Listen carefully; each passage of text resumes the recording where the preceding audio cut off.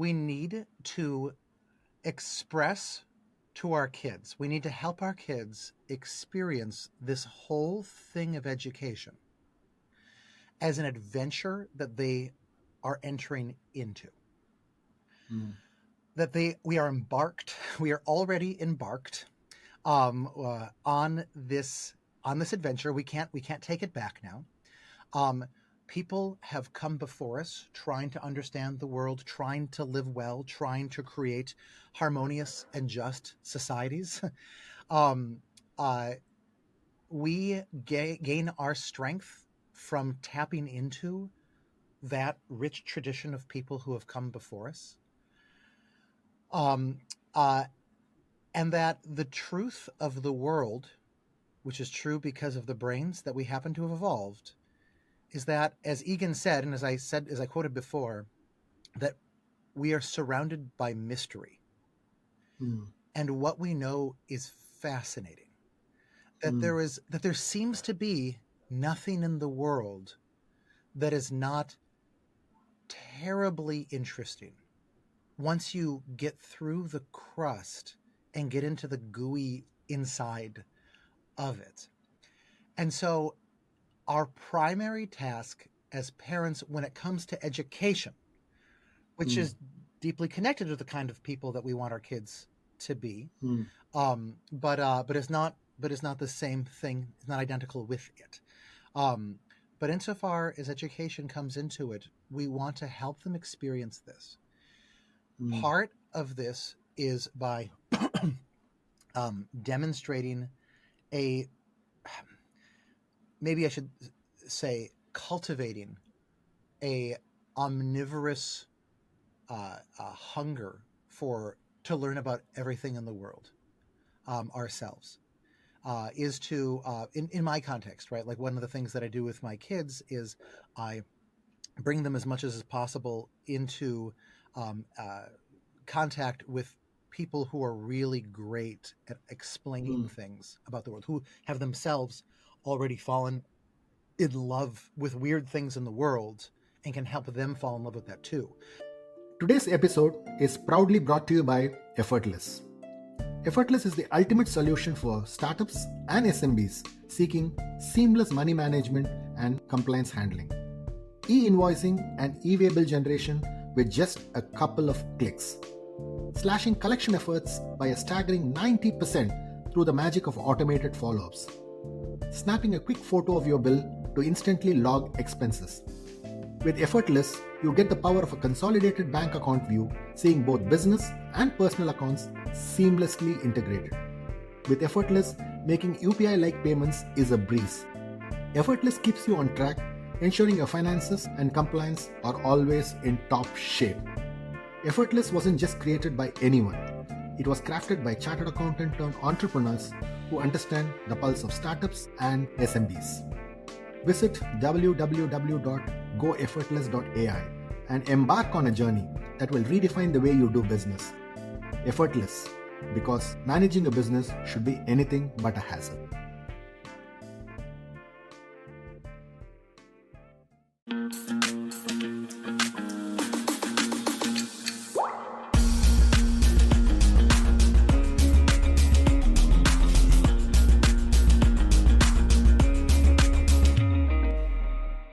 Hi, Brandon. Lovely talking to you today, and thanks for accepting my invite. It's fascinating to talk to you. I have heard your book review on the Educating Mind, October 2023, in the podcast, and it was one of the best ones that I've ever heard. And it's a long one, but a fantastic review of the book. So thanks a lot for accepting my invite. Thank you so much for inviting me onto this. So, Brandon, I wanted to, kick off this conversation with the hero that you look up to, the book that you figured out in the library that you start with, right? Yeah. So talk to me about your hero first and tell me what are the things that you found amazing that allowed you to kind of look at and say, hey, I need to look at schooling in a new way, and I need to transform the way I think I need to teach to kids. So talk to me about your hero. Tell me a little bit about it, because people in this part of the world may not know about him. So I don't want to name him, but I want you to start off with a tribute to him. I think the way to talk about that is to say a little bit about where I was when I discovered the work of Kieran Egan. Mm. Um, I in I was the sort of student who never was told that I was actually supposed to care about the grades that I got in my classes. I just, whatever I studied, I just studied it because I fell in love with it. I'm now diagnosed with attention deficit hyperactivity disorder, ADHD. And looking back, I see that I had an ADHD fueled childhood where I would just get really interested in some new topic and go to the library and read a dozen or 3 dozen books about that topic. And I was able to connect because I sort of developed this well rounded understanding of the world. I was able to find what was exciting about any of the topics that I was learning in school, with almost no exceptions. The exceptions were the interesting things, the hard things. But then I got really good grades when I was in high school, and I got a free ride to an undergraduate education, a really great honors college where I was trained in the great books tradition, and was never. Probably somebody told me at some point that I was supposed to care about grades, but I never was able to make myself. And so I just took whatever classes. I think probably somebody else told me that I should care about what my major was in college, but I never cared about it. I had no plans for what I was going to do after I graduated. I just saw college as an opportunity to take whatever the shiniest classes were at any given beginning of term. So 3 years into college, the university sent me a letter and said, "You really are obligated right now to declare what the topic is that you are studying." And so I picked world religions. And then after 2 years of that, I realized when I was about to graduate, I realized, wait a second, I can't get a job with a degree in world relations. What am I going to do? I need to do something practical. And so I decided to stay on a 5th and very expensive, not covered for by my scholarship year, and got a very practical degree in history, which is obviously not actually a practical degree either. I thought I could maybe become a history teacher. And this just show I was the first person in my extended family to go to university, and just shows like the absolute naivete that I was approaching the world with. But then I graduated in those things, and loved, virtually every class that I took. And I learned so much and learned to fall in love with so much of the world. And then my final year of college, I happened to read a book by someone that you and members of your audience may know, a man named John Taylor Gatto, sort of the enfant terrible of American education, a man who had gotten the New York City Teacher of the Year award sometime in the 1990s, and then the next year quit teaching in a huff with an essay called like why I'm quitting teaching, or why schools suck, or something like that. And he became the face of this sort of intellectually quasi respectable camp that said, okay, schooling doesn't actually work; it's actually bad for students. And I found his ideas tremendously exciting, and I still wanted to be a teacher, but I didn't have an education degree, and so. What does one do in that sort of situation? One becomes a tutor. And so I became a test prep tutor, and I opened a couple of businesses with some people with test prep, and ended up specializing in very high-end test prep for people who have ADHD. But then along the side, I realized that I couldn't keep scratching my intellectual itch just by doing this, even though it was an opportunity to get into cognitive science and get into, well, honestly, mostly cognitive science, performance science, and the psychology of memory, and the psychology of working memory, and the psychology of how people learn educational psychology. And so I started teaching on the side just a whole mess of different classes. Again, whatever sounded the most interesting with our local homeschooling community in Seattle, where I was living at the time.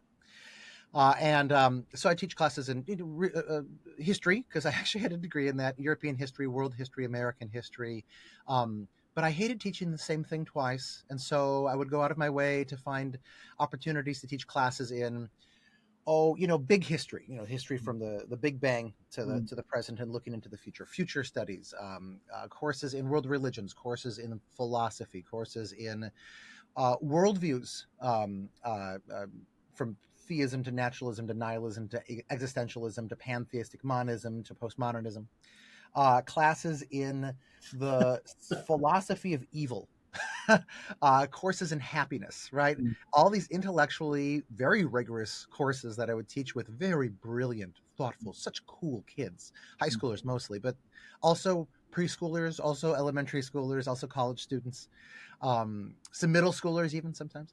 And I would teach all these things and teach all these subjects, science, um, uh, reading, literature, and I would fall in love with again and again this or that approach to education. Mm. And what always happened was that I would learn about classical schooling, or I'd learn about Montessori schooling, or Waldorf, or unschooling, or whatever, and I would read a book or two on it, and I'd get so excited, and I would so naturally see what was beautiful about it. And I would then finally get around to meeting some people who did it and found out that the thing that they understood, the piece of education that they understood that really was beautiful, was just that one thing. Mm. And it was never any of the other insights that Mm. anybody else had had. And it would be very disorienting and confusing for me. And so I figured that, okay, what I need to do to actually understand education is I need to go back to school. I need to get a degree in this. So I enrolled in on paper, very good master's program in the social and cultural foundations of education, Okay. sort of aiming toward a philosophy of education sort of element, but also integrated with how education actually works through history and through sociology and through economics and all of those things. And I found it to be an intellectual wasteland, with some important exceptions. But most of my classmates were not thoughtful about education. They were doing it because it was a professional degree. Most of my professors were not intellectually interesting people. Mm. Some of them were just there to, get a job, to do a job. Here's what the book teaches. Let me push this into you.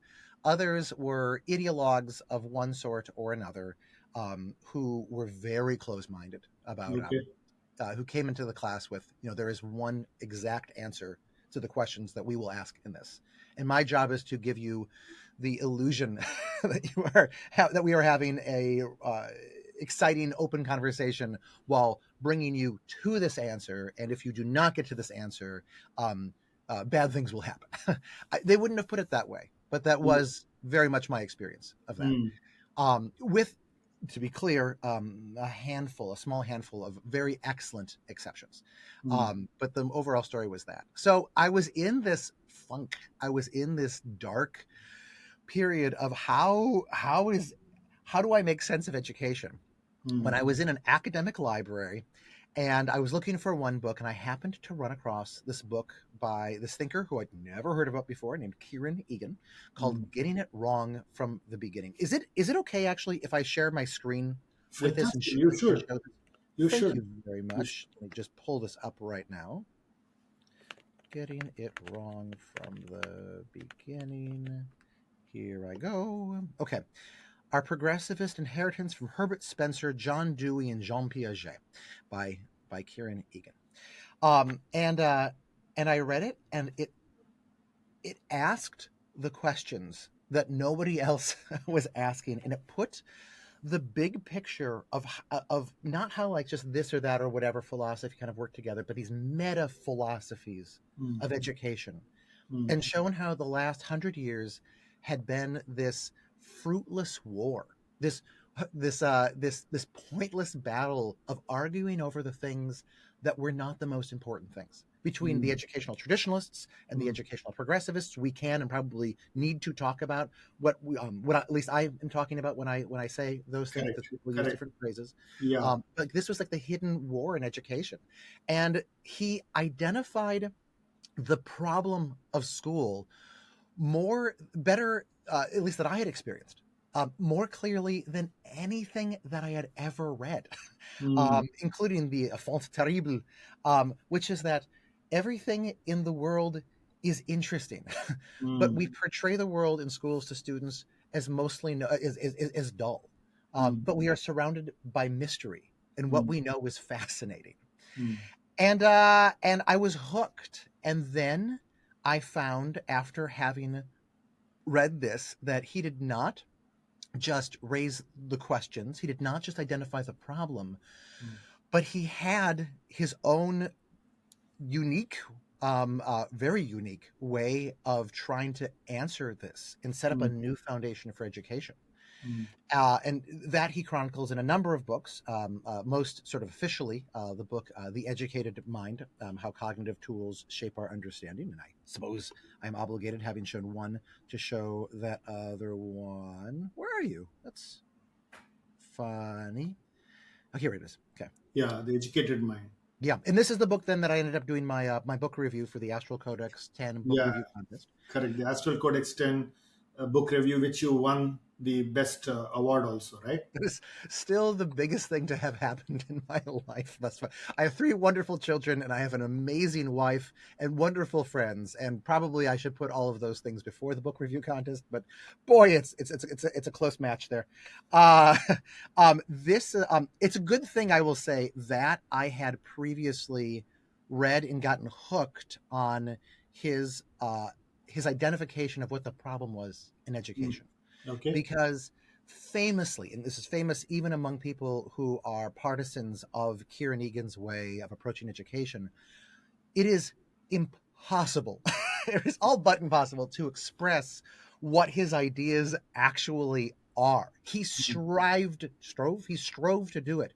And Mm. I think mostly failed at doing it. And there's a bunch of reasons why that is the case. And Mm. my quest in then doing that book review contest from last year was to spend about 3 months of my life where I did absolutely nothing else except for study his book, summarize his book paragraph by paragraph, do workshops on his book, use the tools that he talked about Mm. to better express what his ideas actually were. And I did I would say, fair job of it. What I've devoted the rest of my life to Mm. is continuing to unpack his ideas and, more importantly, bring them into action. Actually, getting homeschoolers, helping homeschoolers turn his ideas into things that they can practically do. Actually, helping people who found micro schools turn his ideas into things they can practically do. Which is the purpose then of the Substack that I opened when I found out that my book review was one of the 10 finalists for that, which is called The Lost Tools of Yeah, Learning.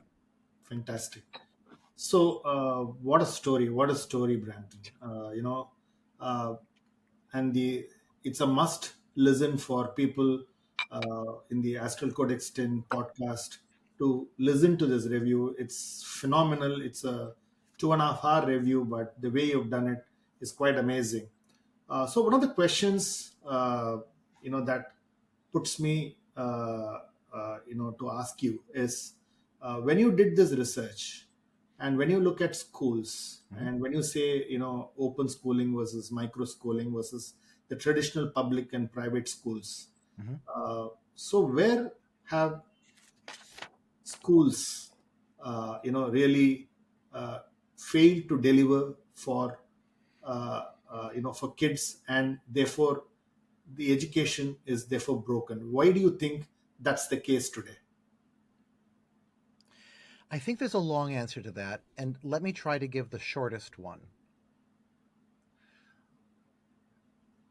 Schools, both of the traditionalist and progressivist varieties, have failed to understand the very first thing about what learning is for human beings. That sounds big, but I think I can back that up. And that is that for a human being, and I think this is actually also true of everything going down to, at the very least, fish, Mm. and maybe down to bugs too. But for a human being, definitely the most important thing, if we want to help someone learn something, is that we have to make it matter. Mm. And that schools, and this is true of micro schools and homeschooling approaches and tutoring and so many things, frequently forget this or make this sort of a small thing, or don't think it's realistic to even try to do that at all. Mhm. When a human being, we can talk about how to do this, right? Mm. Egan's entire approach can be interpreted as a way of making anything matter to a Mm. student. Yeah, we'll Um, discuss that. Correct. but the payoff of all of this is that if you make something matter to a student or to yourself Mm. when you are trying to learn something, um, then you will bring your full thinking to it. Your attention will be geared in. Your all of your working memory will be opened up. Mm. Things will fall into your long-term memory more easily. When you are, waking up in the morning or when you're in the shower, you're going to be thinking about these things if they matter to you. That there is a royal road to learning, and it is to make something matter. I sometimes imagine that inside of everyone's brain we have a button that if you just push it, it makes it matter. We can talk about Mm. cognitively what is going on when something matters to people, or neurologically what is happening when something matters to people.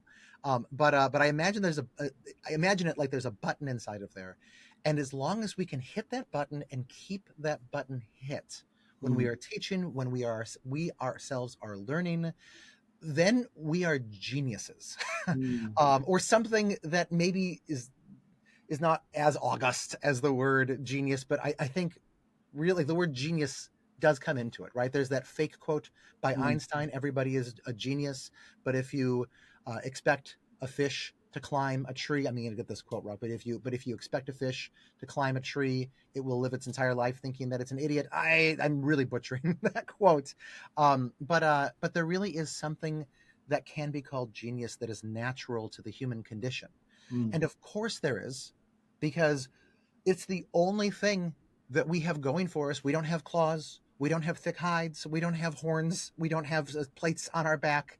I think I'm getting dinosaur-y here.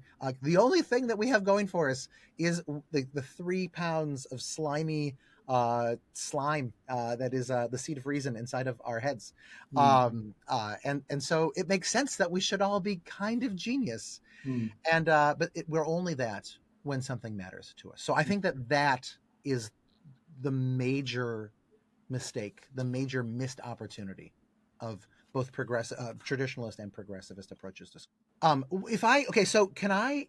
I'm actually curious about this because I'm never sure in conversations how much I should use those terms, or Mm. whether I should reword them, or whether I should do whatever. So I'm curious, when I say the educational traditionalists and the educational progressivists, what comes to your mind, if anything? So the traditionalists are the people who probably have a certain framework, uh, which is standard templates, which is what I call as the a production mindset to education, Sure. right? Which is there are certain grades, there are certain subjects. You Yes. go through the process, you get your degree, you get your you make them job ready, if I were to call it. Okay. Yes. Yes. The progressivists, as you call it, right? Hmm. Hmm. Progressivists, as you call it, are a little more saying, you don't need to do what the world does. Go through open schooling, go through a different form of education. It could be a discovery method, Hmm. and Hmm. that's Hmm. probably not many parents are ready to accept, because they're very worried that what will the kids do after having this education, Hmm. right? So Yes. therefore you are at the both ends of the spectrum, and traditionalists approach it from a job mindset. I think the progressivists approach it from, okay, learning is important, but there is a very, very small percentage who basically are very worried that, okay, if this kid does this, what's the future? Yes. Yeah. So that's good. That aligns quite closely with the way that I break these words down. And I need to say that in some ways, these words, these categories lie to us, right? Like all categories are false. Some categories are useful, to quote an important statistician. So this category has its problems. The way that I think about the traditionalists is that the traditionalists can be. It seems like you're emphasizing the job ready for this. Mm. I think that there are also traditionalists who don't care about jobs at all. Mm. who, and I think that the people that I studied under in college, right? Like they didn't care what job I was going to get. They wanted me to learn and understand the most important things in the world, the most beautiful things in the world, the truest things in the world. It was all about ideas, ideas, ideas, and that was very much a traditionalist sort of education. Mm. But you can have, you can also have very jobs, Mm. big people in the traditionalist camp also. In the progressivist camp, uh, that includes people. I used to work at what I refer to in very lovingly as a hippie school Mm. outside of Seattle. And it truly is a very good school. They have wonderful people who are working in it, they get wonderful families. It is, I would happily send my kids to the school. Um, uh, but they did not particularly care about what jobs, preparing kids for jobs Yeah. there. What I would say, the way that these schemata work inside of my head, what I would say is the difference between traditionalists and progressivists is that for a traditionalist, an ideal teacher is a presenter of information, Mm. whereas for a progressivist, the ideal teacher is a really good coach who can Mm. help you kind of learn for yourself.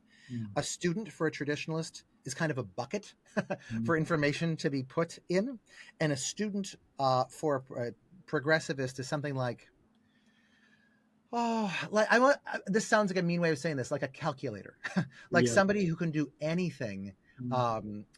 on their own, and they don't need information to be put inside of their heads. Yeah. They need to be taught how to think. They don't need to be taught information. Mm. Um, uh, the basic goal of a traditionalist is to push the kids, Mm. get them to focus, give them a rigorous curriculum that is really hard, and then like just push them as hard as you can, and maybe help them push themselves as hard as they can to learn this stuff. Mm. Whereas for a progressivist, it's about setting kids free to do what comes more naturally to Mm. them. Mm. This Traditionalists will see education as a very artificial thing. Mm. Progressivists will see it as natural, um, and um, and then very much in line with what you said, a traditionalist will say, okay, we should take this curriculum, and insofar as we're able to, we should standardize it so Correct. we can measure it, so we can help people across, our country do it exactly the same one best way. um, Whereas a progressivist will say, well, do we really need a curriculum at all? Or Yeah. the word curriculum is sort of reinterpreted to mean like, well, like a series of kind of loosely done activities. We should customize, Correct. the curriculum as much as possible Mm. for people. So that's what I mean by both of those. And I have been an arch traditionalist before, and I've been an arch progressivist before. Mm. And I think in some ways, like these are poles of the human personality, and Yeah. I think that we never really get totally beyond these things. I think in some ways, even that if one follows Kieran Egan's paradigm, one can still sort of be a traditionalist or sort of be a progressivist. But I do think that Egan points out that both of these are built on very stupid foundations, foundations that maybe made sense 100 years ago when like the big fight between traditionalism and progressivism was happening in America and in Europe. And now we look at this through cognitive science, we look at this through anthropology, we look at this through sociology and sociobiology and even biology sometimes. And we say, oh my gosh, both of these camps are stupid. Yeah. Nobody would ever invent an educational philosophy like these based on what we know now. Yeah. Sorry, Swami, what was the question? So, so I think the question really was, why are schools broken, right? I think that's Yeah. really where I think Yeah. we were talking. And so one of the things that I'm challenged with schooling, right, is I compare it with, say, a profession like, say, music, Mm-hmm. or say sports, where I think when I look at Kevin Egan's framework, we'll talk to us about the framework. But one thing, when I see the framework, is there is this whole space that he talks about heroes, right? Yeah. Yeah. So when I'm a musician, or when I'm a sports, I'm preparing for a profession like a tennis or golf or whatever. I have a Yeah. hero, and then what I do is I then start to uh, you know uh, the somatic one that you talk about, and then you move into the romantic, and then philosophic, and then the irony. There's a whole framework that you talk about. But when Mm-hmm. I know what I want to achieve in my profession, Yeah. okay, Yeah. then I basically then spend years trying to become an expert at it, and I have a love for it. Yeah. But Yeah. somehow, when I go to a school today, I'm not very sure what career I'm going to take up, Mm-hmm. right? So therefore I'm actually served what I call as a buffet. Take physics, take math, take social studies, take history. You figure out your interests, and suddenly I do not know what I'm good at, and I lose confidence, and Mm-hmm. then I'm actually not sure what I'm going to do. But imagine if I were to say, okay, this is a class for computer scientists, Mm-hmm. this is a class for architects, Mm-hmm. this is a class for so now I know a mental model of what I want to be, and you can keep switching, right? So therefore when I look at schooling, probably the challenge 100 years back was you're preparing factory workers, Mm-hmm. okay. The challenge 100 years later is you are actually want people with cognitive capabilities, Mm-hmm. right? Yeah. So what worked 100 years back may not work today, and Mm-hmm. therefore, do you think schooling is a problem? So let me make sure that I understand the question. It's how do I, it's, do I think that the problem is that schools are made for essentially to churn out factory workers 100 years ago? Is Yeah, that basically what you're asking? uh, I think it was designed around that. Okay. Okay, but today, when you look back, you're saying, oh no, people should think. Okay, but Mm-hmm. there, I think you are not supposed to think. What you are supposed to do was, I'll give you a certain task, you get it done. Okay, Mm-hmm. therefore you get it done very well. I think you are perform. But today, I actually put you into things which I do not know how you will solve the problem. Mm-hmm. Okay, Yeah. so therefore, when most schools prepare you for, I would think, problems that are known, therefore you can solve it. While today the world is more and more becoming, I do not know what the problem itself is. Go figure it out and solve the problem. Okay, Yeah. Yeah. okay, and now the kids are not ready for something like that, and that's the reason where the philosophy of Carl Egan appealed to me, because you're saying, no, go and figure out the world, Mm-hmm. right? Yeah. And I think that is really what appealed to me. So is my Yeah. understanding right? I think your understanding that I'm hearing right now is looking at Egan from the parts of Egan that agree with progressivist a progressivist approach. Mm. Um, and right, like I think that there are a lot of progressivists who love Egan, and I think that he brings out some of their best elements. So yes, let me just say that much of what you were saying, maybe all of what you were saying, is in Egan there. But I think that there's a bigger picture for what Egan is suggesting Mhm. that is missing from what you're suggesting right now. Is it okay if I say that on your podcast? Am I Of allowed course, to? of course, of course, you got to contradict and correct me, and that's fantastic. I think that's the expectation. I'm suddenly reminded of the title of the name of the podcast. In fact, I feel like maybe I am, in fact, Yeah, fulfilling the name of it. Um, Okay, I want to. Can I first back up just because I have ADHD, and if I don't say this, if I don't address this part right now, and it's not important, but I think it's so interesting, and nobody ever says this. I never heard anybody say this, and I think it's yeah. Here? So let me just jump in and say something that I want to address with this. When I first fell in love with education and fell in love specifically, like I said before, with the work of John Taylor Gatto, the guy who wrote the Underground History of Education, who wrote A Different Kind of Teacher, was the book I originally read, the Enfant Terrible. He was actually one of the major voices who was bringing this sort of story of education, that schools were designed to pump out factory workers. He was bringing that into the educational conversation. And I think to a large extent, to whatever extent that is a common thing that we can hear smart people say now is because of him. I think that I think that his perspective on this is largely true.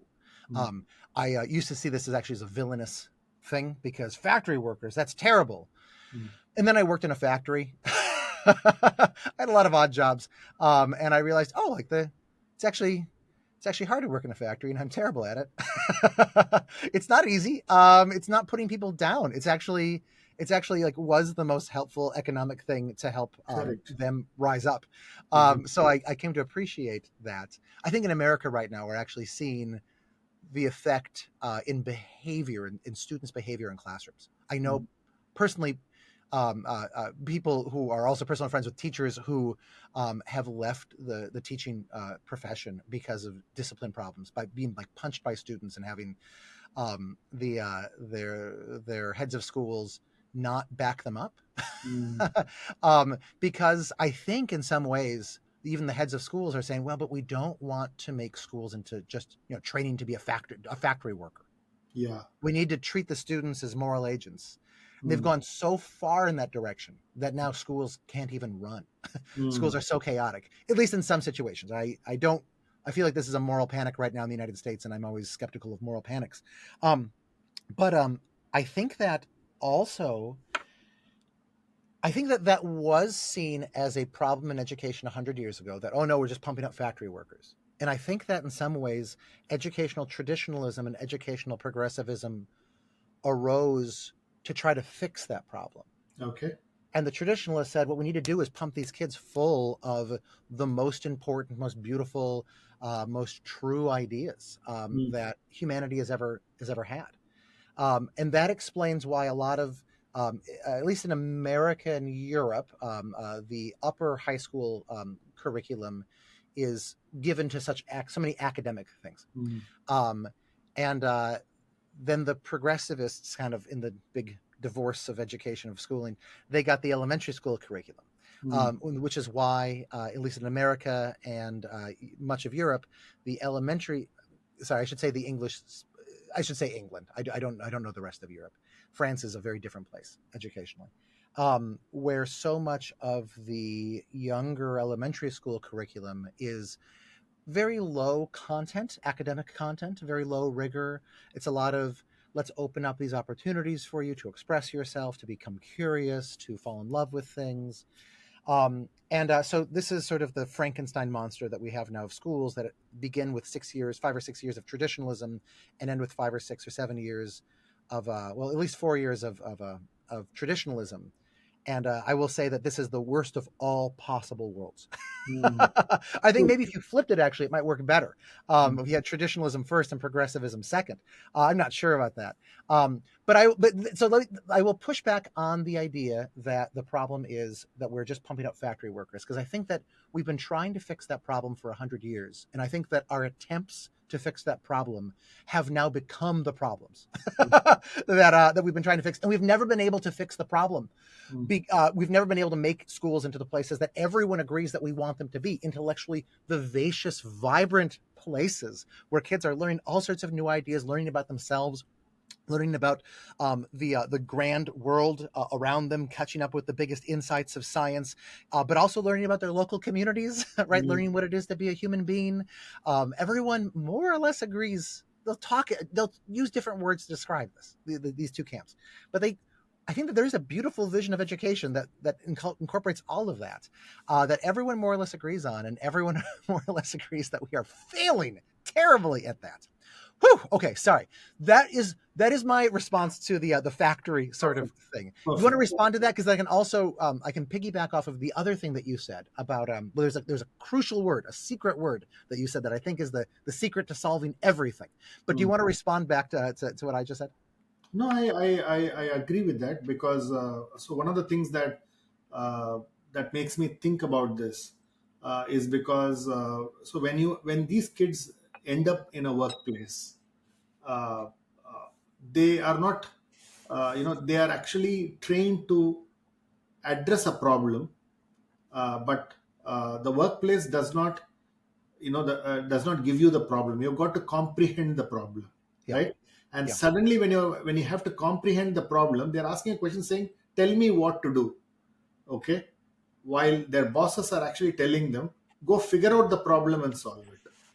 yeah, Okay, yeah, and therefore I agree with you that whether you are a factory worker mode or whether you are a knowledge worker mode, the challenge today is comprehending the problem versus solve the problem or fix the problem. Okay, is actually the biggest problem that education is unable to solve, right? And therefore I would agree with you. hmm, And hence the fact that you talk about this whole big picture thinking, looking at hmm, metaphors, yeah, looking at thinking about one thing and doing it for 12 years. Okay, yeah. the framework. So can you talk to me about the framework and why that will ensure, or that will be a good, let me not use the word ensure, but that's a good starting point for kids in schools loving what they do, and therefore they start to learn and it sticks to their memory, right? That's what you Yes, talk about, right? yes, So yes, talk to me about that framework. yes. Okay, so I think that I want to jump up right now and make a sort of meta point toward this, which is that I always find that when I talk about Eakin's ideas to people, I end up having very different conversations if the people are, one, if they're parents, whether they be homeschoolers or whether they're just parents who want to offer their kids new opportunities for learning. Very different conversation for how to apply Egan's ideas than if they are an actual teacher who is tasked with given with a specific thing or set of things to teach, and then how best to teach those. Yeah. And it's still very different from what the conversations that are appropriate to have with people who are designing um, new kinds of schools, Hmm. which is essentially what a position that homeschoolers are in, because they can typically choose their own. Is homeschooling a thing in India?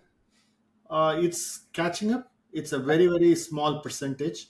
We are largely what I call as big label college education syndrome, right? Sure. So that's the that I would call as 98% of India Sure. is about, let me go to a big college, an Yeah. IIT, a Stanford, a Cornell, then you're that shiny little thing. I'm actually successful, right? Yeah. So therefore, I think homeschooling is something that people are starting to appreciate, but I don't think there is so much of uh, I would say the take rates are far more lower, but everybody understands there is a problem of education, but Yeah. nobody knows how to solve it. Yeah. So I think in that context, the fact that they should enjoy schooling, right, and then they start learning versus understanding, right?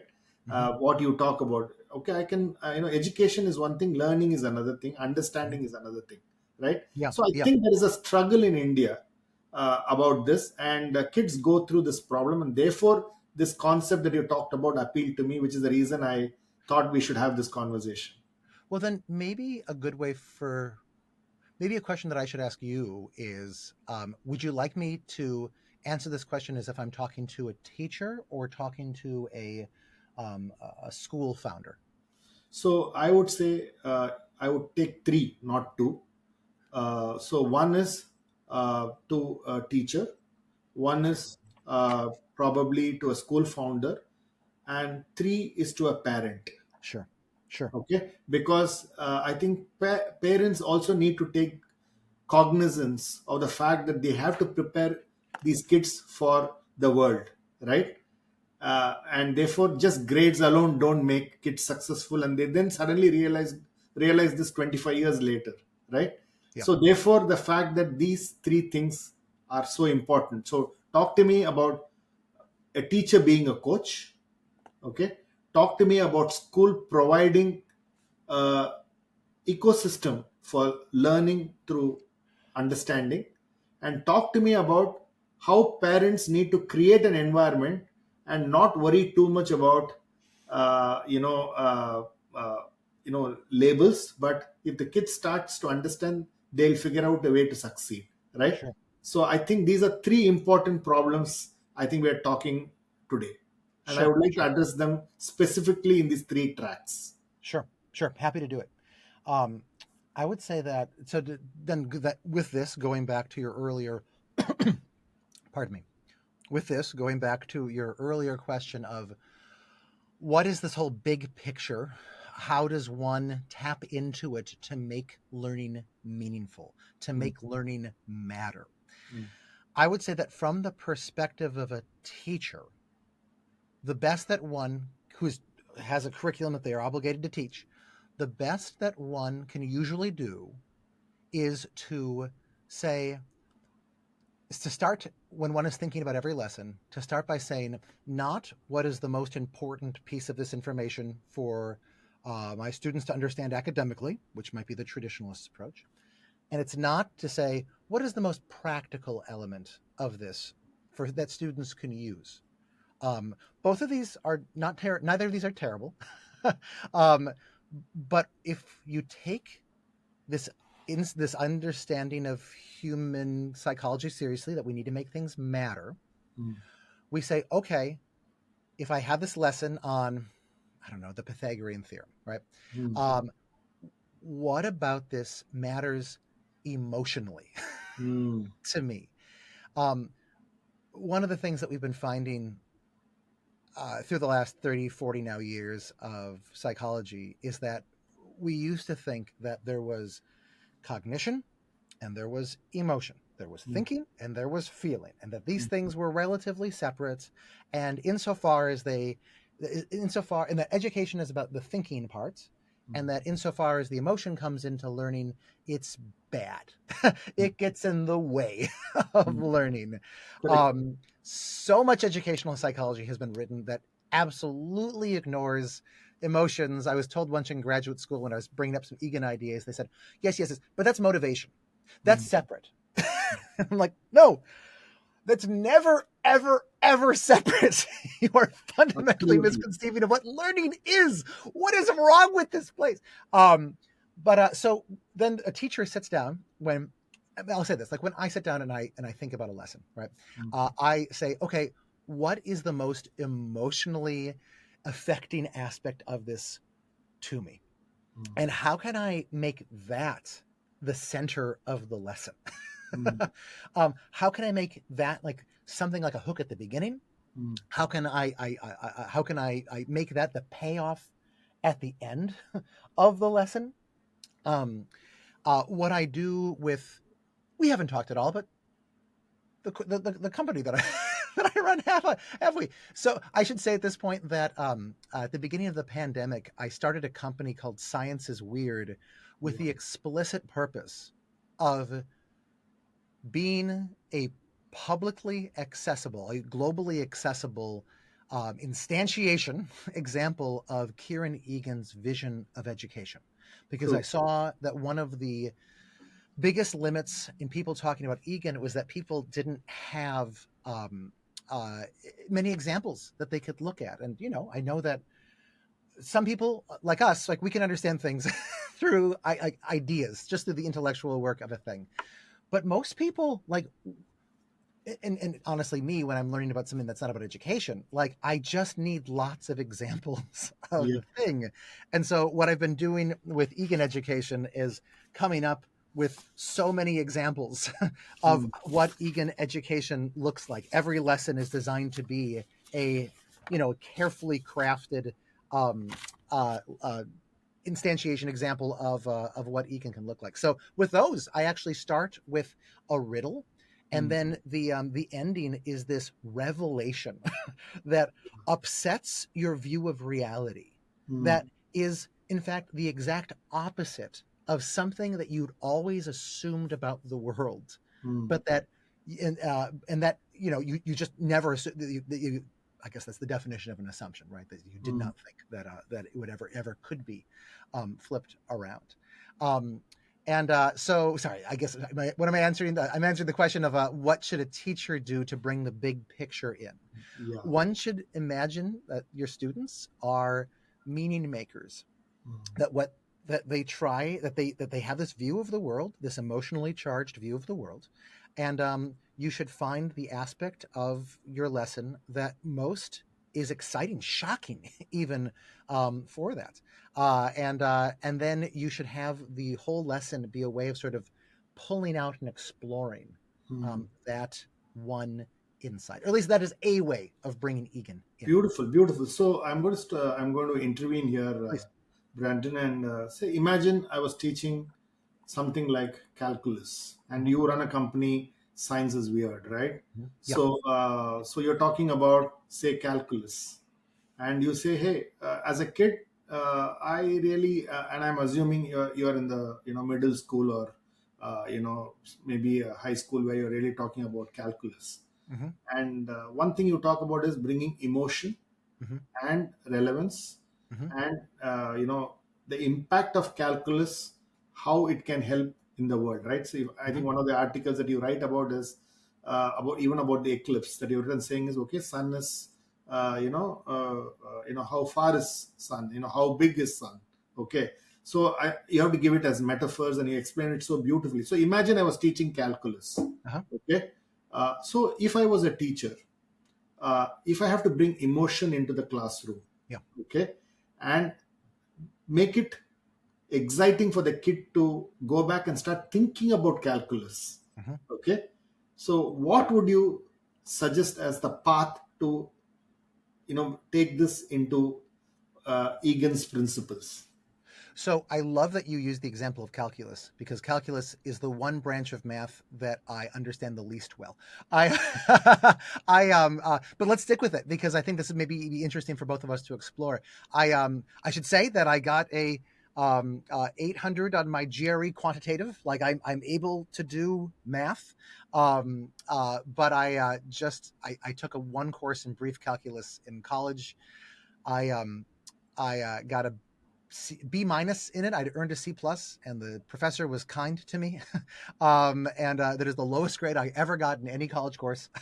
But I know a bit about it, which is probably good enough for what we're talking about. Okay, so how would I teach calculus, and how would Egan suggest that people approach calculus?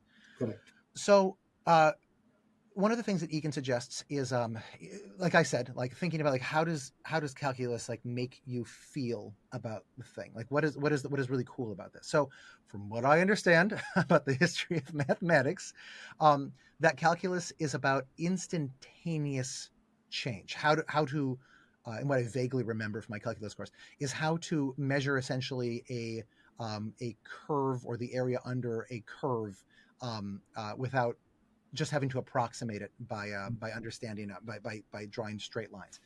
How correct is this? It must be correct, because I'm as bad as what you are. Okay, great. We're just gonna run with this.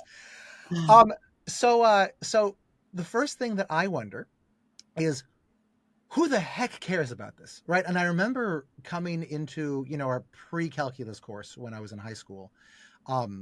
Math really was what, in science honestly too, were the subjects when I was growing up that in school just seemed pointless to me. So it's very ironic that I now teach a science company, but I remember thinking, like, who cares about this? Well, so a way then of trying to figure out who cares about this is to look back at the history of where this even comes from, right? And famously, at least in math history, this comes from two different minds at roughly the same time, Leibniz and Isaac Newton. Okay, so why did they care about this, because this was thought to be, like one of the biggest breakthroughs in all of mathematics. Exactly. Um, uh, and I don't know why Leibniz invented his method of calculating it, his better method of calculating it. I'm told, but I know that I believe that Newton did it in order, almost as an afterthought, in order to figure out where the planets were, to draw his elliptical orbits of the planets.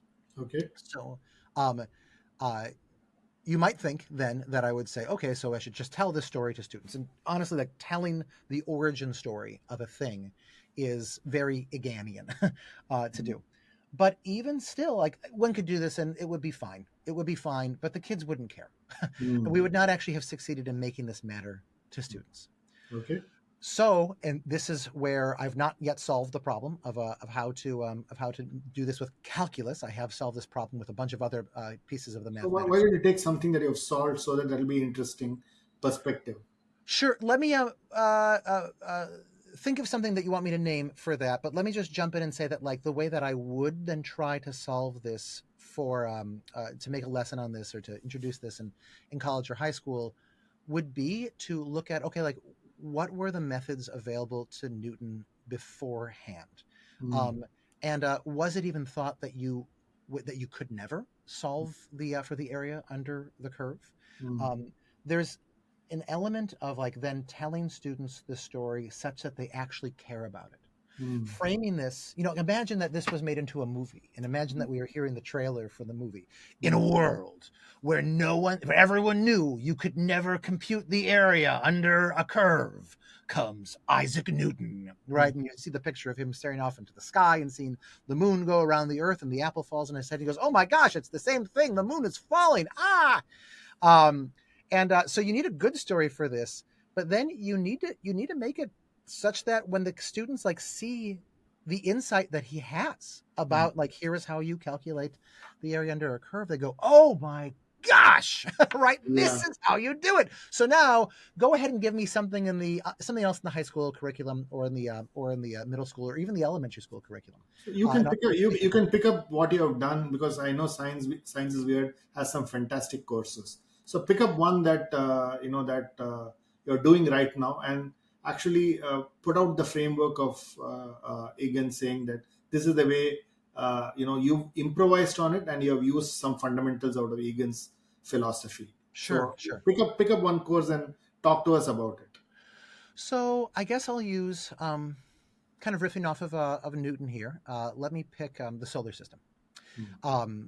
Is it okay if I'm going to science then? Because we've done some math courses too. We did one on the history of algebra No, last semester. I think a solar system will be a great way to do it. Okay. Okay. Um, so think about the way. I mean, here, how have you? What were you taught about the solar system when you were presented either in elementary school or later with the understandings that you got about the solar system? Like, what were you taught about it? So it's a traditionalist approach. Mhm. How many planets are there? How is it? How are the planets revolving around the sun? Mhm. Okay, so how many of them are there? So it's like what you really said about the traditionalist education of saying, okay, dump Mhm. enough information into Swami, and there'll be some questions that are asked, and Swami should be able to answer that question. I was Yes. never, imagine if I were to, would it have excited me to become an astronomer? That's the question that I would ask you. Yeah. Yeah. Yeah. And I was not, right? I was said, Yeah. okay, here is an exam question, and I need to go out and, memorize it so that I can then write it and get my grades. Yeah. Yeah. And what you were saying is so perfectly indicative of the traditionalist approach, where it sort of boils. It says the traditionalist approach says that learning is unnatural, or at least academic learning is unnatural. So what we need to do, and we're dumb. We should basically assume that students are dumber than you might otherwise assume. And so we should boil down the information to just be as simple as possible, and to give us the most important the most important concepts, or pieces of data. And so the number of planets, the fact that they orbit the sun, the fact that the sun is in the center, right? That the Earth is not in the center. If you got a more advanced course, right, maybe you've been taught to learn the distances or even the relative distances between True. this sort of thing. Yes. Maybe you'd be And how many moons are there for every planet sure, and sure, things yeah, like that. So that's really what I would have yeah, learned. yeah, yeah. Um, so an Egan approach, at least when I did our Egan approach, I as part of Science's weird sort of like mission, we are making this giant 6-year long comprehensive curriculum Mm. that starting when kids are really quite young, about 8 years old, they can start to take, that goes through, when they're then 14 years old or whatever. But it teaches them, like a college level, a real profound adult level understanding of things. So we started off with the universe, our Mm. very first course. Then we went to smaller things like water and lungs and snails and whatever. But we decided to start off with the big picture of life, the universe, and everything, or at least the universe and everything. Um, and one of the first lessons, I think the second one, was on exactly like, okay, so what is the solar system? And we started with this exact riddle that I asked students. Okay, what is the solar system? Mm. And to a person, they said something pretty close to, well, it's a bunch of planets that are moving around the sun, that are orbiting the sun. Mm. And what I showed them then, I told them that we wrote that sentence, and I said almost every word in that sentence is wrong. Mm. That every one of these words has these bad understandings kind of baked into it. And the modern scientific understanding that we have of the solar system is incredibly different. Mm. Such that, like, the word planet is a terrible word. It's a Greek word for a wanderer. And back in the day, the moon was considered a planet too because it wandered through the sky. The sun was considered a planet too because it wandered through the sky. They're just these things, right? We used to imagine that the world was flat and that there was a dome of the sky and that all these things were moving across it faster than the stars were. That's why the stars aren't wanderers. And so, like, no, like, it's not that there's a sun and planets, right? Or at least there's not sun and wander. They all are wanderers through there. Okay, so that's probably not a very helpful thing to say with this. But it's also not true that the sun is in the center. Not exactly. Mm. Because what Newton realizes, and we talked about the story of Newton a little bit, what Newton's breakthrough was it's not just Galileo's universe where the sun is in the center and the other things are going around it. It's recognizing that all mass pulls on other mass, and the bigger something is, that the more massive something is, the more it will pull on things. So the sun orbits the planets a little bit. They're all orbiting each other. Beautiful. This is crucial because kids want to have, just naturally, right? We have this sort of essentialist understanding of the world where we want to imagine that like the sun like is in this one role and it does this thing. No, like the atoms that are in the sun are not special atoms. They are doing just the thing that atoms always do wherever they are. They're pulling on other things. And the sun is something that gets created out of that. I apologize. I cut you off a second ago. No, that's okay. I think it's beautiful. I think the real question is you're going back and telling a story, the big picture. From the big picture, then you start to build the riddles and the metaphors, and then you actually go back and give examples. That's really how you are building the story, so that I get inspired by the story, and therefore I then start to get more curious. Right? I think Yeah. that's really the role of the teacher, is what you're talking. I think yes. I think if I think what's then missing in that take on it is that it's not just examples, because examples can be terrifyingly dull. Mm. Okay. It's that what Egan suggests that we do, and this is particularly true with science. This is actually less true with something like history. Yeah. In history, I think he invented his whole system based on history. So he actually, in some ways, has more to say about history than he does about science. But in history, it's a different thing.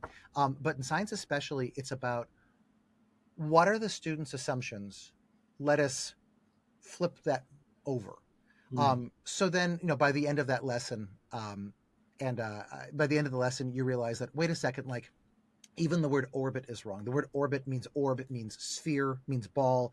Once upon a time, we thought that the planets were moving on these literal glass crystalline balls around us all Yeah. of the time. We just couldn't see them. We saw through them to the stars behind them. And so like the word orbit has a misunderstanding baked into it, and you think, oh, who cares, right? I don't care about the etymology of the word, but we do when we understand that the old way that we saw the universe was that the Earth was in the center, and that everything was going around the side of us. And then we switched that. We said the sun is in the center, and the Earth is one of the things going around, but we never switched the perspective. Mm. But what Newton does for us is recognize that what the thing that is happening on Earth with the apple falling is the same thing that is keeping the thing that pulls the apple down is the same thing that holds the moon up, which is to say that nothing at all is holding the moon up. Mm. Gravity means falling. Gravity was a word that he invented. Before him meant seriousness, right? Grave. But it just means that everything is falling. Everything is falling together and missing each other. Mm. And how can we, Egan would have us say, connect that in a really visceral way, a somatic way to students? And the way is to recognize that, wait a second, we're using the wrong visual metaphor here. If we think about like the planets going on the side, I can talk to college students who understand that, okay, the planet's orbit and the equation for that is exactly, the gravitational orbit is exactly the same as the equation for, how far like a ball will be thrown if I throw it up in the air or whatever. But they do not understand that gravity by definition pulls things down. So that a more scientifically accurate way, according to Newton, to picture the universe, our solar system specifically, is to imagine that we are above the sun and we are always falling down toward the sun, and we are just happen to be missing. Lots of planets weren't so lucky. They just fell down to the sun and that's where they stayed. We were falling around the sun all the time. The amazing thing then about going to see, I took a vacation the last couple of weeks to go see the eclipse that came across North America. We managed to just barely see it. A cloud had covered almost the entirety of North America. But the friend that we were with is a weather snob, and was able to read the meteorological charts, and with walkie-talkies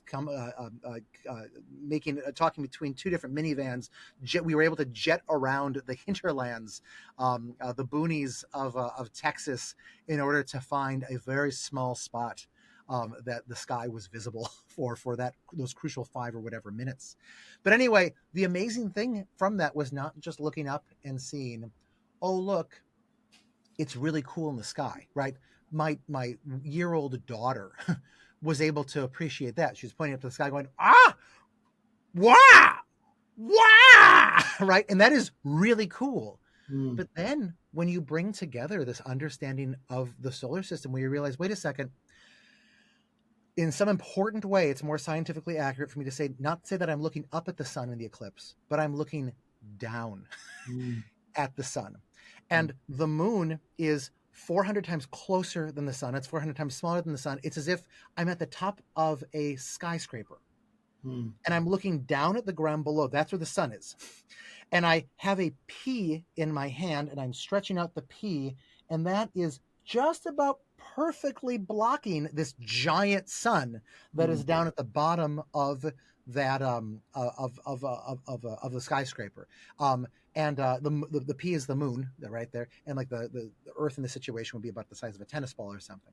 That I'm looking from the tennis ball to see the moon, and it's blocking the sun, and then to recognize that in the eclipse you can not only see the stars. You can always see the stars at night. That's not particularly interesting. It actually is in some important ways if you know what stars you're looking for. But the amazing thing is that you could see Venus and you could see Jupiter. And I didn't think of this before I saw the eclipse. I thought about that afterwards. So I'm only doing this now in my memories. But you can see the entirety of the solar system with your own eyes. You can see Jupiter going around the sun. You can see Venus going around the sun. And if you actually then look at a 3D model and look at how far away these things actually are, oh my gosh, you can see everything. It is the closest thing that we have in predictable human experience to having a religious experience. I mean, I guess psychotropic drugs might be something similar, but this is something that like it's like going to like the Grand Canyon or like some sort of Yeah. natural feature where you're just overwhelmed and you know you're going to be overwhelmed. A giant waterfall, by the size and immensity of it, except that this is literally tens of millions of times larger, hundreds of millions of times larger than the So water. so pulling back, Brandon. Yeah, So therefore, this is how you teach, right? yeah, yeah. Uh, Everything, uh, everything, Everything. everything. So therefore, you just kind of give it a beautiful sketch, a big picture, ability to build imagination, if I were to call it, right? Yeah, And I think that's what you're talking about. But tell me, I'm going to ask this question, saying, okay, now that you've built this perspective in me as a kid, yeah. how does it matter, and how is it meaningful, and how do I use it in my life? Yeah, yeah. So I guess there's a few different things that come out of this. Mm, Um, uh, One of them is that the kids that go through, insofar as anybody goes through an education that is like this, and it doesn't need to be called Egan education, right? They're mm, just, Egan thought that the thing that he was doing when he would go to classrooms and like look at the best teachers is he was just trying to find some way of systematizing what they were doing, mm, what they were doing naturally, intuitively, so he could train other people to do it. mm, Um, and looking back through history and doing and looking at the same stuff. Um, Insofar as people go through this kind of education, what we find is that they know a lot. Because once again, right, these tools, because they make things matter to them, they pay attention to them, they think about them even when they're not in class, and they remember them better. So these kids end up getting, there's no specific data that Egan's team has collected for this. One of the things that I find just exasperating about Egan, and I met the man a number of times. He's now deceased, but I met him a number of times and I loved him. But I find totally infuriating about what he did was that he thought that educational measurements were bunk, and so he didn't do the data on this. So part of my quest is to actually find somebody who can do. In fact, if anybody in your audience right now is somebody who is accustomed at doing educational measurements or measurements of educational interventions. I'm about to launch one this summer, a big one for self-learners that I would love to get, even at this iteration of it, some good data on. I'm sorry, I keep getting distracted by so Egan. therefore, the question that I had was, how does it matter, Yeah, and yeah, therefore how is it meaningful, and what's been your experience of how kids who go through this, yeah, how are they successful yeah, vis-a-vis the traditionalist approach or whatever? I think yeah. that's really the question. Thank you very much.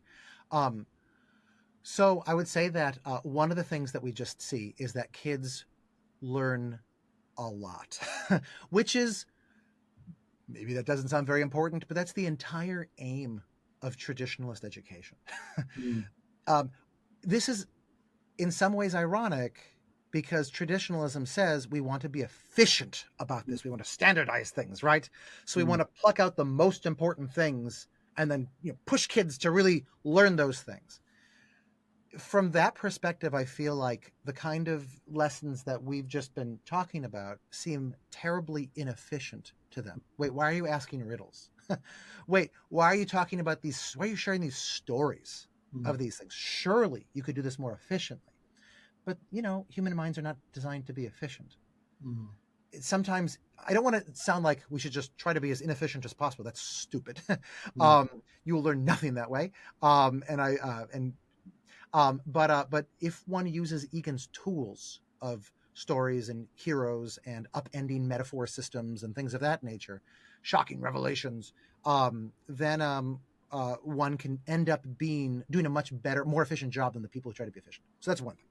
Um, uh, One might assume that in the future, things like better scores on tests, on reading tests, which end up being knowledge tests, on math, which end up rewarding people who paid more attention in math class, that these things will go up. I do not have the specific data to back that up right now, but it seems like that is almost definitionally true insofar as one thinks that tests measure the things that kids remember and have thought about. So if I was a school founder, Mhm. so I think you talked about how a teacher does it, and we Yeah, then saw that how a kid benefits because of that. So yeah, if I was running a school, if I'm running a traditional school, the challenge I have is I don't have so much of time, right? mhm, mhm. And I don't have the wherewithal to give attention to one kid at a time, Sure. right? Yeah. So therefore, if I was a school founder, how would you suggest this whole way of education? And I did see something like the whole school project Mhm. kind of a thing, that I read about. So can you talk to me, if I was a school founder and if I want my kids to really have a meaningful education, how can I apply these principles? What I believe the ultimate way of bringing Egan into the world, Egan's vision of the world, is because one of, if insofar as Egan is right, and the ways that we naturally think about the world, that we make sense of the world, are through things like stories and things like metaphors, then we have this opportunity to put at the beginning of education so many of these tools so that we can have kids doing intellectually vibrant, deep, rigorous, rich education from the very earliest ages. Okay. And so then when we're talking school founders or even homeschoolers, or honestly maybe even parents, maybe I should put parents in the same category here, because parents, as parents, we have the opportunity to introduce things to our kids that are not being done in class. So one of the things is starting with the history of the world and making sure that there is a strong history of the world curriculum even early on, especially when kids are able to understand simple stories very easily, so Hmm. that these things can be anchors, right? Starting from the Big Bang and going up to the present day. So when we talk about Newton, later on in the curriculum, kids already not only have a sense of who Newton was and what he did, but also they care about Newton, right? That's the trick of a story. It gets us to care Hmm. about things. And they have some sense as to what his intellectual milieu was, Hmm. and what kind of person he was. It means that if we make a very rich curriculum from the very beginning, um, then we can just build on that, and understanding grows like a snowball rolling downhill. It can just get bigger and bigger and bigger if we start by using these techniques that matter, the tools that matter, make things matter from an early age. So talk to me about the cognitive tools and the framework of Egan. Yeah. Can you talk to me about that? Yeah. This is the hardest. This probably is the hardest part of Egan. And I've been working even since writing that book review, which is available in text for any of your listeners who prefer text. Um, if they go to my Substack, Hmm. losttools.substack.com, there'll be a button near the top where you can access the book review either in the audio format or a couple different written formats. Um, I've been struggling to how to express Egan's big idea more simply, and here's what I have, and then I can put it in terms that I said in the book review. We might imagine that there are two basically human ways of understanding the world: the way Hmm. of logic and the way of stories. Hmm. The way of logic is the way that people have been, that in some ways people always have, but that people have really been sort of opening up since the ancient Greeks 2,600 years ago in Turkey. It flourished especially in ancient Greece. It flourished again in the Renaissance in Europe. It flourished in the Enlightenment, maybe more clearly than ever. Um, one of the my perpetual holes in my understanding is Indian history, but I know that Yeah. India has To say rich is to underserve it. A rich philosophical, analytical tradition. And one of the things, one of my little side projects that I'd like to do in the future is see how historically we see this kind of way of logic Mm. developing in India. You see pieces of it developing in China too. You see pieces of it developing in the Americas also, but in other places. But this is what schools have been set up to teach kids: how to reason, how to know the results of science and modern math and even modern history, understand the way that the world really is. Truth is important here. Concepts are important here. Abstractions are important here.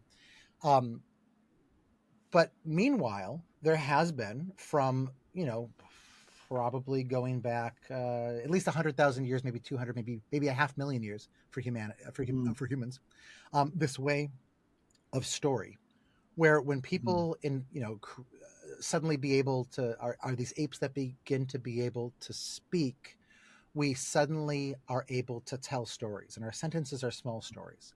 And the Mm. things that all cultures that anthropologists have chronicled, that they literally all have in common, are things like they tell stories, they have riddles, they ask questions, they do role playing, they have metaphors, they have songs, they do dances, they have poetry. I'm probably forgetting a bunch of really important ones. They have the ability to think in terms of vivid mental images. Mm. We carry with us as some sort of mysterious combination of our biology and our deep, deep, deep, deep, deep cultural history. Mm. This ability to reason, to think about the world using all of these tools. Um, Schooling, modern schooling, and even ancient schooling, if you look back at ancient Sumeria, basically ignores these things. Um, in fact, when Egan points out, when in history we start to really develop this way of logic under people like Plato, they say Mm. that the problem is that these things are too powerful.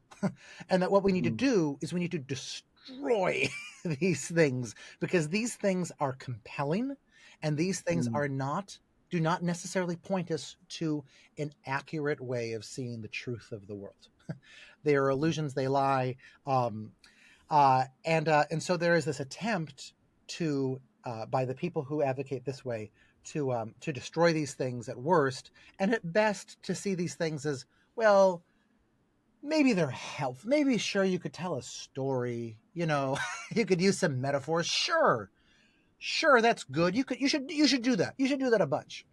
These people will say, but they don't understand that these ways of story, that they are the ways that people became brilliant, routinely became brilliant, to survive in a world that thought that they were delicious. Mm. That they were the way not only of individuals being smart, but I mean the way that individuals become smart, right? Arguably, Neanderthals had higher IQs than us. They definitely had bigger brain to body ratio than we do. Um, but our language and these tools, these stories, they allow us to connect up with the people who are around us, to make the things that they care about become the things that we care about, and to learn to understand like what the whole world is by being part of a group, by being part of a tribe. um, Egan's basic idea can be stated as, it's not that this is good and this is bad. It's the way of logic is good and the way of story is bad. It's not that they're both good. It's that Mm. the way of story is the fundamental way. They're the tools that come relatively naturally they come naturally to children when those children are raised in a healthy society, in a healthy group. Okay. Um, and those end up being the foundations of the way of logic, that all of our Mm. modern abstract intellectual academic ways of understanding the world, of history and science or whatever, they historically they even came from these things like stories, and these things like vivid mental images. If you want to create genius in science or math or history or reading or spelling or whatever, computer science, Mm. what you want to do is you want to build the way of logic on top of the way of story, and then to integrate these things together. Whew, Okay, okay, so so Egan it's says it in different terms, but that's the basic idea. so it's almost like you stack them in tower, Yes. right? Yes. In your model, you stack them in towers, and there are squibbles which keep coming here and there, but what you really say is stack them in towers, and that's really what you're talking about. So if I were a parent, Brandon, uh, what should be the way I should prepare my kid, and what are the things that I should be ready for, because this is not the traditional thing. So you're almost putting them in a treadmill, right? Today, I have a kid, I put them in the treadmill, I hope something will come out of this treadmill, right? But if I were a parent, what would you advise uh, that I need to experiment? How should I approach this education, and therefore what would your advice to parents be? So I just found out a couple weeks ago that I got a grant to write a book this summer on Egan for parents. Mm. uh, Beautiful. I'm very, very excited about it, and I'm just beginning to sniff around the beginning of that. And so, is it okay if I just say one thing that I've been thinking Yeah, of about? course. Yeah, please, please. I think it's that we need to express to our kids, we need to help our kids experience this whole thing of education as an adventure that they are entering into. Mm. That we are embarked, we are already embarked on this adventure. We can't take it back now. Um, People have come before us trying to understand the world, trying to live well, trying to create harmonious and just societies. um, uh, we gain our strength from tapping into that rich tradition of people who have come before us. Um, uh, and that the truth of the world, which is true because of the brains that we happen to have evolved, is that, as Egan said, and as I quoted before, that we are surrounded by mystery, Mm. and what we know is fascinating. Mm. That there seems to be nothing in the world that is not terribly interesting once you get through the crust and get into the gooey inside of it. And so, our primary task as parents when it comes to education, which Mm. is deeply connected to the kind of people that we want our kids to be, Mm. but is not the same thing. It's not identical with it. Um, but insofar as education comes into it, we want to help them experience this. Mm. Part of this is by demonstrating a, maybe I should say, cultivating a omnivorous hunger for to learn about everything in the world ourselves. Is to in my context, right? Like, one of the things that I do with my kids is I bring them as much as possible into um, uh, contact with people who are really great at explaining Mm. things about the world, who have themselves already fallen in love with weird things in the world and can help them fall in love with that too. This is the sort of thing that back in the day you would have needed to be an aristocrat and to hire, a tutor for your son or daughter in order to do this. Um, and nowadays you need to be able to go to a library and figure out, what are the 10% of children's books that are actually good, as opposed to the Mm. 90% which are scams, which are garbage Mm. books. Um, it means that you need to know how to go onto YouTube Mm. and to find the educational channels that are actually good educational channels, that are, which is maybe 10% of the educational channels, that are not just, here is what here's what the standards say is most important to know, and so I will teach it to you in a very efficient way. Terrible, terrible, terrible, terrible, terrible. But actually is made by somebody who has themselves fallen in love with biology or zoology or physics or math or whatever. My son is in love with a number of physics channels on YouTube. Kurzgesagt, for your listeners, just like the two that are the most wonderful and still unknown by a lot of people is the channel Kurzgesagt, which is German Okay. for in a nutshell, Kurzgesagt, quick wise, quick smart in German, which is about science writ large. It's animated and it's amazing. And then the channel Tierzoo, Tierzoo, which is about zoology.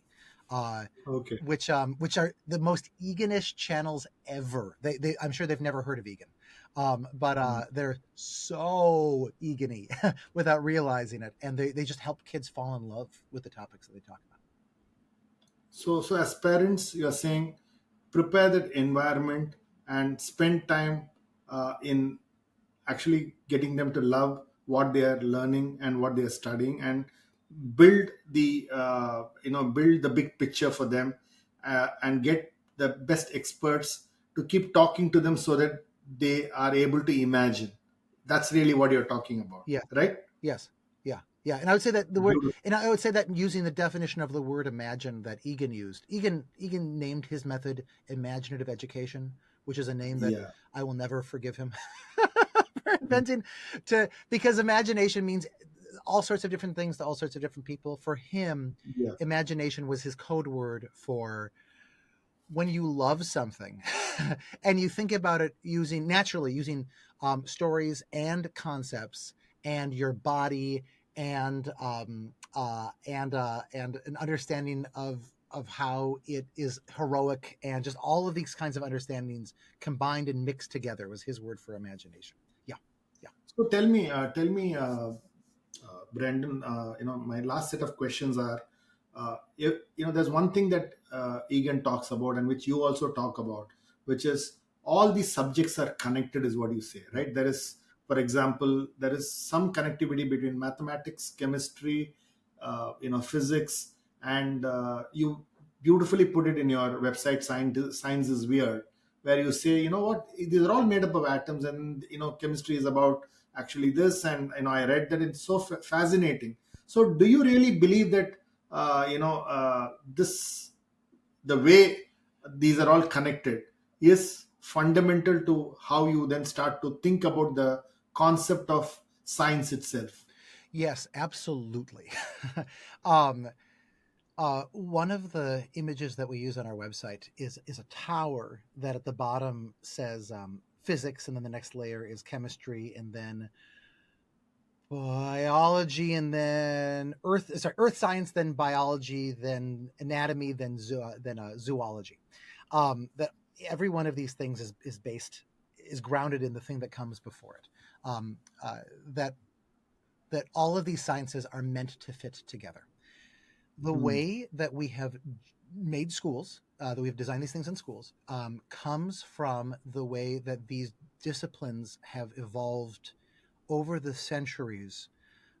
And they all come from sort of different starting points. They're all sort of connected to each other, but they have their own sort of origin stories. Zoology does, and even different than microbiology or whatever. They have their own ways of doing things. They have their own terminologies and their ways of thinking about the universe, and even different kinds of people tend to go into these different subjects, which is even inside of the sciences, which I think is really interesting. um, but what we have learned throughout the 20th century especially is that all of these subjects are one subject. Hmm. That we didn't even know that you used to know that atoms made up molecules, that chemicals were just molecules, right? um, these are things that ideas like chemicals and cells and neurons and organisms and organs, like we figured these out in different ways, and what we finally knit together is that all of these things are made out of one another, and that the only Hmm. way to understand a thing is to break it down and to look at the level, the smaller level of it. And sometimes the only way of understanding that thing then is also the smaller thing is to look at what its function is in the larger whole. um, and that when you do this, when you see that all the sciences are one thing, it's, first of all, it saves a heck of a lot of time. Second of all, it opens up so much curiosity to the students Mm. because they can understand one thing in a chemistry lesson and then start using it. One of the fun things that we do in Science is Weird is every year we go through physics and chemistry and earth science and anatomy and zoology and microbiology or botany. So we keep doing these things, keep having these ideas, and then we connect them up together. That when you see science as one giant thing, you get to it opens up the whole world to students so they can ask questions between these different disciplines. But your question was a bigger one, I think, not just inside of science, but inside of everything. And this is Yeah. like the real function, I think, of a good education, is that you get the humanities, and the humanities are integrated with the sciences that are integrated with the arts, and all of Mm. these things you see like are this one one thing. This is something that uh, that uh, Indian metaphysics classically gets much better than European metaphysics. That Absolutely. No, I'm just reading this out. Kiran Egan's definition of being educated. So I'm quoting him. yeah, He says, "You must know enough things about the world, and one must know something in depth, right?" So therefore, this whole Indian metaphysics, where you pretty much want to know multiple things, they're interconnected, and yet you need to know one thing in depth. I think that's really what I think you are also talking about. So that's just fantastic. So my last set of questions for you, which is like a rapid fire questions. So the first thing is, what does success mean to you, Brandon? do you mean in the sense of like what is success for students, or like what does success mean for Brandon Hendrickson? Yeah, yeah. What success for, yeah, Brandon Hendrickson? I feel really like I've just lucked into an amazing spot in life where I'm embarked on this adventure to make a new 6 year long curriculum for that any science curriculum that any student across the world can use. Um, I don't think there's only been, I think, one other attempt that I know of to do something like this, and it's really hard to use, and ours is funny and is video based and doesn't require much of parents or teachers. So I'm really excited that I've gotten to achieve this level of success, where if I stay alive for the next 5 years, I will succeed at this. But then what success looks like for me after that would be getting the funding, finding the funding to then remake these so that any classroom across the world for the indefinite future can piggyback off of these lessons, and we can totally reinvent the science curriculum for students across the world. Fantastic, brilliant. Uh, what are the couple of books that you recommend that you found absolutely inspirational, reading them and getting them into your DNA after you kind of read them? I'll give two right now. One of them is a book titled The Journey of the Mind: How Thinking Evolved from Chaos, which is a book Mm. that I have wanted to see for about a decade. Um, I felt like there's a story that no one was telling about the big picture of cognition, and of feeling and of all of that. And this book, oh my gosh, gets it. And it's such an insanely well written book. It is the most, it may literally be the most Egan-ish written book that uses more of Egan's tools in a sensible way, stories and diagrams and humor and metaphors, to simply explain something that no one has ever held in their head before, I think. And it's by two authors. And one of them, Saigadam, is Mumbai based, as you are. I would be delighted to put the two of you into conversation with one another if you'd be Sure. interested in that. Um, Cool. Interesting. so I recommend that book so highly. And then the other one that I do is by a American psychologist, psychological researcher, who has since this book become very famous, named Jonathan Haidt. Have you heard of him Mhm. before? Yeah, yeah, yeah. His new book, The Anxious Generation, is like what everybody is talking about in the States. His previous book, The Righteous Mind: Why Good People Are Divided by Politics and Religion, is a tour de force.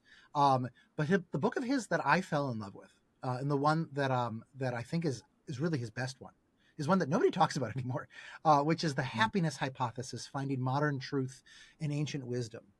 And it Mm-hmm. takes he started as a positive psychology researcher, looking at like what does it take to live a good life. This is one of the books that I read with high schoolers and college students, back when I did those classes. And it takes about a dozen of the biggest, most clear, most well sourced, well researched insights, controversial insights into what it means to live well. um, and then he examines those, from the perspective of an idea from some ancient wisdom tradition. So Buddhism gets one, Hinduism gets one, Christianity gets one, Judaism gets one. I think Confucianism gets one, Nietzsche gets one, Schopenhauer gets one, I think, and Plato gets, Socrates gets one, and if I'm remembering that correctly. And it's the sort of book that teaches you so much about world religious and wisdom traditions, and teaches you so much about psychology, and teaches you so much about how to live. So I'll say those two. Fantastic. Uh, what would be your advice to a 18-year-old in college today? Find one thing and learn the heck out of it. Learn it through um, story, learn it through whatever. Do all those things because you will be changed, and your understanding of what it means to understand something will be changed. I had an experience kind of randomly, a little bit like this when I was in high school, and it really upped the bar for what understanding meant to me, which fueled me for the rest of my life. And then I had another deeper experience where I studied um, the historical figure of Jesus, for 3 years in college, and it upped the bar even more for like what it means to understand something, what it means to be confident or whatever of something. I would say do that. Great. Uh, what's you would have got lots of advice, but what's one piece of advice that has stayed with you, which you almost think and practice and live, given the fact that you got that advice, which you remember even today?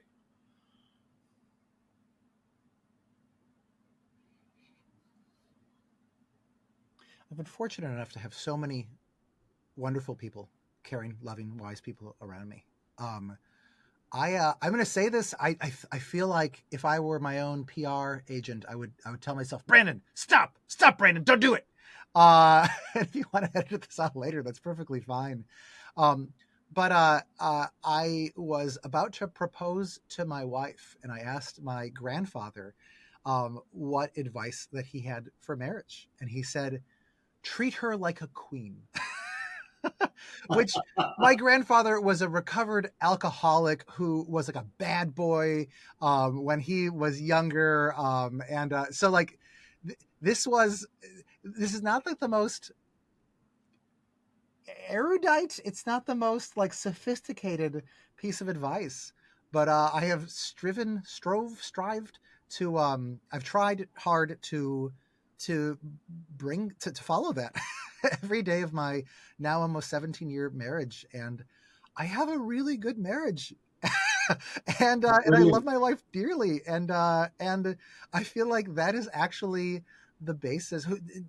She has sacrificed to watch the kids, and not pursue her own career, in part because that's what she wanted to do, frankly, but also in part so that I could do that with my career, and has in the years when we were the opposite of successful, and I was just spending my time, teaching whatever class sounded most interesting to teach and making almost no money. She sacrificed for that. And I feel like maybe at the end of the day, the thing that allows me to do everything that I do now intellectually is that I followed my grandfather's advice. Great, great, great. What a piece of advice.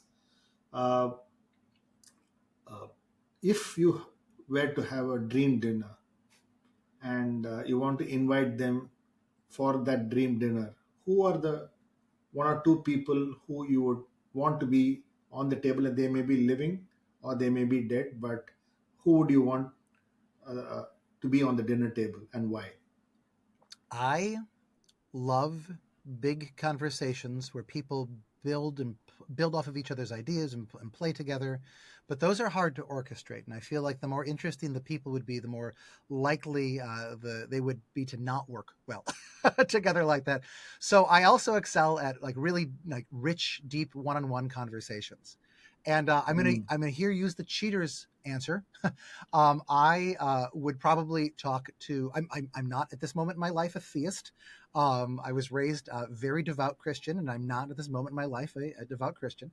But I would choose Jesus for that, and in part that's because I spent 3 years like trying to understand what we could know about his life. So yeah, that's my cheater. I feel like everybody would say that, so I'll say it too. Okay, great. My last question to you is, what's one thing that you believe in that others don't agree with you? I think that we are within striking distance of making the greatest schools and the greatest types of education that the world has ever seen before. I think we could not have done this 100 years ago, before the sciences sort of coalesced together and joined up with history and sociology and psychology and all of that. I don't think that we could have done this 30 years ago, maybe 40 years ago, before Egan figured out how to how the smartest people in the world, the wisest people in the world, have learned, and how to replicate that in classrooms by making things matter with the stories and concepts. And I think we can now. And I think that we are actually, even in the last couple of years, in a spot with LLM AIs, with ChatGPTs and what have you, where it is not beyond the grasp of an ordinary teacher who knows how to teach like this and has experienced, crucially, has experienced this kind of understanding, this kind of education for themselves. It's not impossible now with LLMs for them to get the information quickly to be able to craft lessons that sets students on fire. So I think that everyone's like, schools, IQ is pretty important. So people have been arguing and promising schools, like better schools for the last 100 years, and what's come of it. And I feel like, yeah, you're right. Like, we should be really dismal about this. But I think there is excellent reason to think that we are, in our generation, able to finally succeed at providing a truly human education to almost everybody. On that note, thanks a lot for being a fantastic guest on the ContraMinds podcast. I really loved the conversation, the counter questions, and the provocative answers that you gave, and it was brilliant. So thanks a lot, and really lovely having you as a guest on the ContraMinds podcast. Swami, your questions are second to none. Thank you so much for asking these. Thank you so much for this conversation. Thanks. Thanks for listening to this episode. For selected links and detailed show notes, visit www.contraminds.com/blog. Follow ContraMinds on social media and let us know who you would like to see next on the podcast. If you're listening to ContraMinds on Apple Podcasts, do share your comments and give us a rating. We are keen to know what you're thinking. ContraMinds is also on YouTube. If you're listening to the podcast on YouTube, hit the subscribe button and stay up to date on all our releases. Thanks for listening and stay safe.